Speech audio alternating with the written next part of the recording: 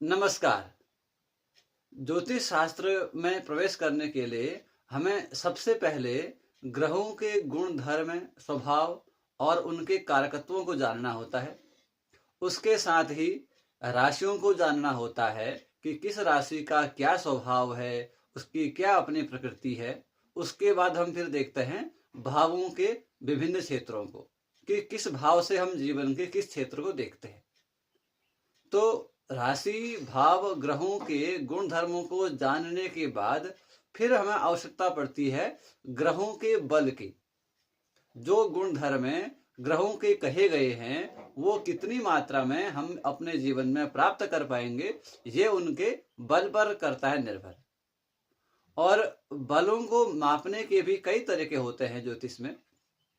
उनमें सबसे महत्वपूर्ण तरीका होता है षडबल का, कि 6 प्रकार के अलग अलग मापदंड होते हैं ज्योतिष में, जिससे हम ग्रहों के बल को मापते हैं।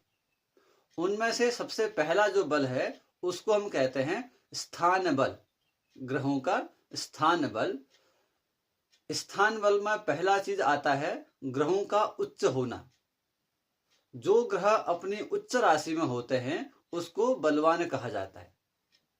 जैसे सूर्य मेष राशि में उच्च के होते हैं, चंद्रमा वृषभ राशि में उच्च के होते हैं, और मंगल ग्रह मकर राशि में उच्च के होते हैं, बुध देव कन्या राशि में उच्च के होते हैं, देवगुरु बृहस्पति कर्क राशि में उच्च के होते हैं, और शुक्र ग्रह मीन राशि में उच्च के होते हैं। शनि महाराज वो तुला राशि में उच्च के कहे गए हैं। यदि ग्रह उच्च के होते हैं, जो भी उनके गुणधर्म होते हैं वो जातक को अच्छी तरह से मिलते हैं। लेकिन जरूरी नहीं है कि ग्रहों हमारे पत्रिका में मजबूत हैं, उच्च के हैं, तो वो हमें हमेशा उसका अच्छा ही परिणाम मिलेगा, ये नहीं कह सकते। यदि वो ग्रह हमारे लिए अनुकूल है, हमारे लिए अच्छे भावों का स्वामी होता है, तब तो हम उसका अच्छा उपयोग अपने जीवन में कर लेते हैं। लेकिन यदि कहीं वो ग्रह हमारी पत्रिका में दुस्थानों का मालिक बन जाता है, तो जो दुस्थानों से जुड़े हुए जो समस्याएं होती हैं वो उनका भी हमें अपने जीवन में सामना करना होता है। उच्च के बाद फिर हम देखते हैं ग्रहों का स्वराशि में होना।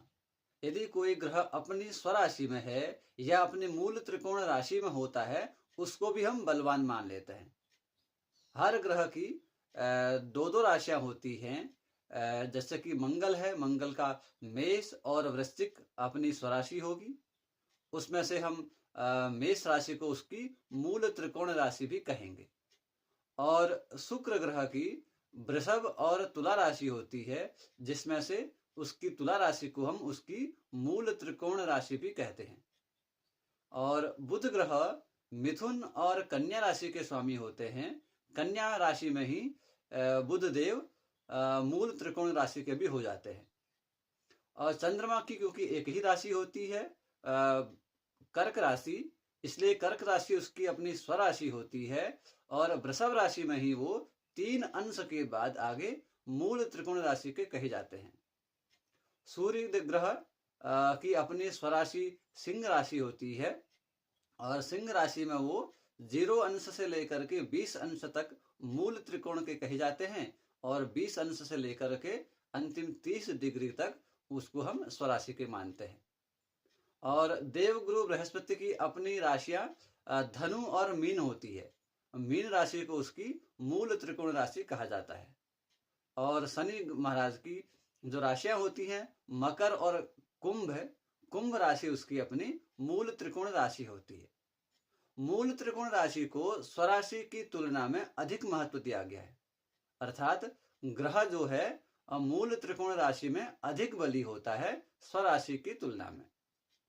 इसके बाद फिर हम देखते हैं ग्रहों का अपनी मित्रों की राशि में जाना। यदि ग्रह अपनी मित्रों की राशि में गए हुए होते हैं, उसको भी हम अच्छा मानते हैं, उसको भी हम बलवान ही मान लेते हैं। आइए इसे एक उदाहरण कुंडली के माध्यम से समझते हैं। सिंह लग्न की पत्रिका है और यहाँ पर सूर्य वृषभ राशि में स्थित है।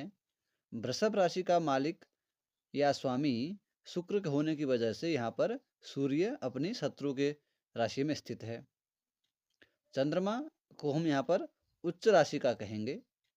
हालांकि वो 3 डिग्री से ऊपर का है, इसलिए हम इसे मूल त्रिकोण राशि में मानेंगे। बुध ग्रह अपने स्वयं की राशि में है, इसीलिए हम इसको स्वराशि का बुध कहेंगे। बृहस्पति महाराज वो भी शुक्र की राशि में बैठे हुए हैं, इसीलिए जो गुरु हैं, गुरु के लिए शुक्र शत्रु होते हैं, तो गुरु शत्रु की राशि में बैठे हुए हैं। शुक्र स्वयं चंद्र की राशि में बैठे हुए हैं, उसको भी हम शत्रु राशि का कहेंगे। हालांकि इस पत्रिका में शुक्र और चंद्र के बीच में राशि परिवर्तन हो रहा है, जिसे कि एक अच्छा संकेत माना जाता है। इसके साथ ही जो शनि हैं, वो धनु राशि में बैठे हुए हैं और शनि के लिए गुरु सम होते हैं, तो शनि यहाँ पर अपनी सम राशि में स्थित हैं। मंगल ग्रह यहाँ पर अपनी उच्च राशि में स्थित है। ठीक है जी।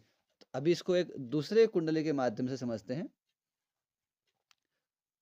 कुंभ लग्न की पत्रिका, लग्न में ही शनि और शुक्र बैठे हुए हैं। शनि स्वराशि के कहे जाएंगे, यानी कि ये स्वराशि और साथ ही हम इसको मूल त्रिकोण राशि भी कह सकते हैं, क्योंकि कुंभ राशि में शनि मूल त्रिकोण के होते हैं। शुक्र के लिए यह मित्र राशि कहलाएगी। गुरु ग्रह चौथे भाव में वृषभ राशि के बैठे हुए हैं, यहाँ पर भी गुरु शत्रु राशि में स्थित हैं। मंगल ग्रह यहाँ पर कर्क राशि में नीच के होते हैं, तो नीच राशि के मंगल बैठे हुए हैं। और सूर्य यहाँ पर धनु राशि के बैठे हुए हैं, इसको हम मित्र राशि के कहेंगे। बुध वृश्चिक राशि में स्थित हैं। इसके साथ ही राहु मीन में है, केतु कन्या राशि में स्थित है।